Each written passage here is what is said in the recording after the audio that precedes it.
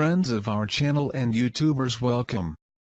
Answers of an Alien from Andromeda, Video 121, August 23, 2014. These are answers to many questions accumulated on the same subject. Mythy: when we die and go into the fourth dimension, what happens to the bad elements that abound here? Is there any screening to separate them from normal people?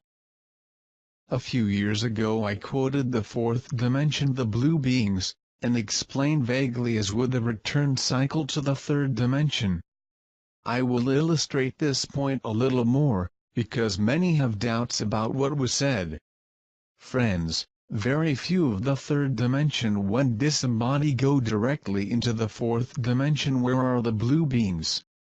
There is a zone between the third and the fourth dimension that you would call limbus, or border zone, in which the vast majority of disembodied spend some time before the rescue of blue beings into the fourth dimension, and the consequent rescheduling to the next reincarnation.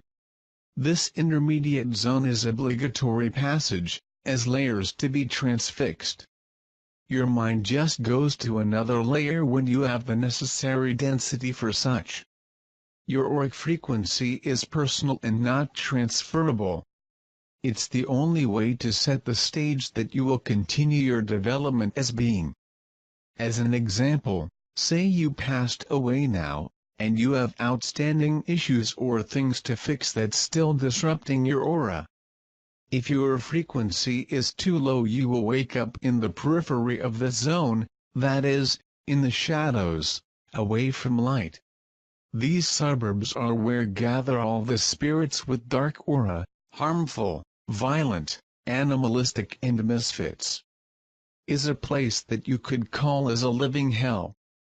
These remain in that periphery until they develop their consciences enough to wake up in a better neighborhood, and so continue the path. You see, when your quantum energy leaves the physical body of the third dimension, it is in a protoplasmic state that is very close to the physics still matter. You still keep all your senses as hunger, thirst, pain, heat, cold and vices because you are still very close to the area you just leave. This intermediate zone is as if you were there physically. You will have to eat, drink and shelter. It will be a place like earth, mud, insects, animals, forests and deserts. As you guys say, like attracts like, all who are in this low zone will have to fight for food and shelter with their peers.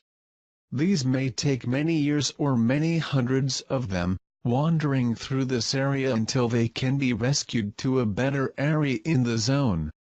The more your auric frequency is light, you will see yourself in a more suitable environment, with everything you need to live, eat, drink and nice places to shelter without having to fight, having access to assistive technologies for your development and learning. There you can participate and help in the development of other consciences, and will have your time to adjust to this new reality, rapidly expanding your own level of knowledge and conscience. When you're ready, you will wake up in a new day already at the boarding station to the fourth dimension and being greeted by the blue beings. Only if your aura is light enough you will see yourself directly at the boarding station for a place that could be called paradise, taking advantage of your literary terms. Each of you is solely responsible for the place where you wake up after your disembodiment of the third dimension. I hope I have clarified a little more this issue for many of you. Volunteers want to know what to expect and when, what can be said. Those who are truly voluntary and not just people waiting for a possible individual rescue, these can be used by all crews who need to interact with uninformed communities. Imagine a message of your PTB-controlled media saying that there is an alien attack and we are hostile, urging the people to try to attack us, before they realize that we are there to help? If these populations find that we have patricians of them aboard the spacecraft, will be easier to understand explanations that can be transmitted and facilitate this interaction. If this opportunity happen, all volunteers will receive subliminal messages that will make you wait to make contact with its crew with which they will interact. The families of the volunteers will be supported throughout the duration of their participation in operations. Have patience and await the events. Friends, as you are seeing, your PTB is losing control of the situation by incompetence of the machine fitted to perform all actions planned, including the economic holocaust of the system. Pleiadians reported that the 3 nations from your region called Asia, which are against the nations dominated by current elites, installed a system for generating scalar waves, much like the HARP system, orbiting the planet in several dozen points that covers the entire planet. In the case of being used for mass acts of depopulation, the system will be disabled and destroyed in seconds by probes that are on duty monitoring the whole process of activation. The Pleiadians already for some time are monitoring not only nuclear weapons, but any aggressor system that can be used to direct weapon against any region. Anyway, take great care, as the enemy of your enemy is not always served to be your pal. They can only occupy the old place to go to subjugate the people the same way, exchanging the old PTB by another equal or worse.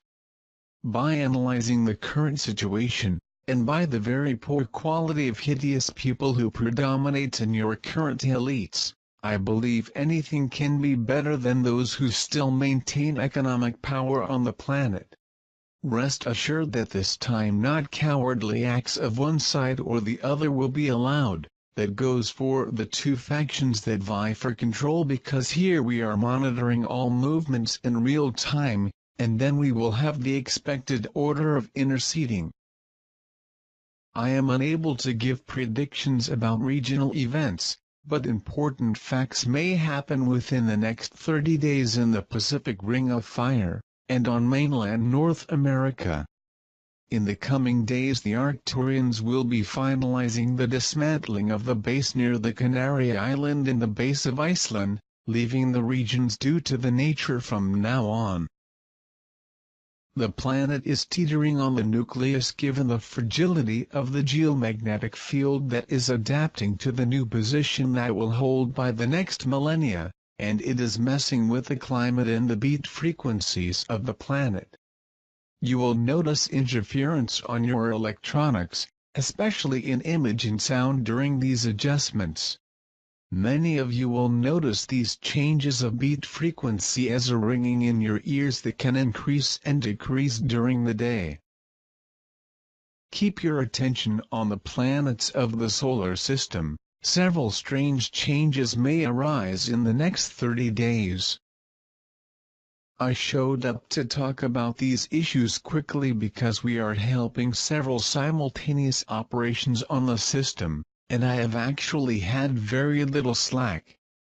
I hope to spend here more often, to keep the information up to date with you.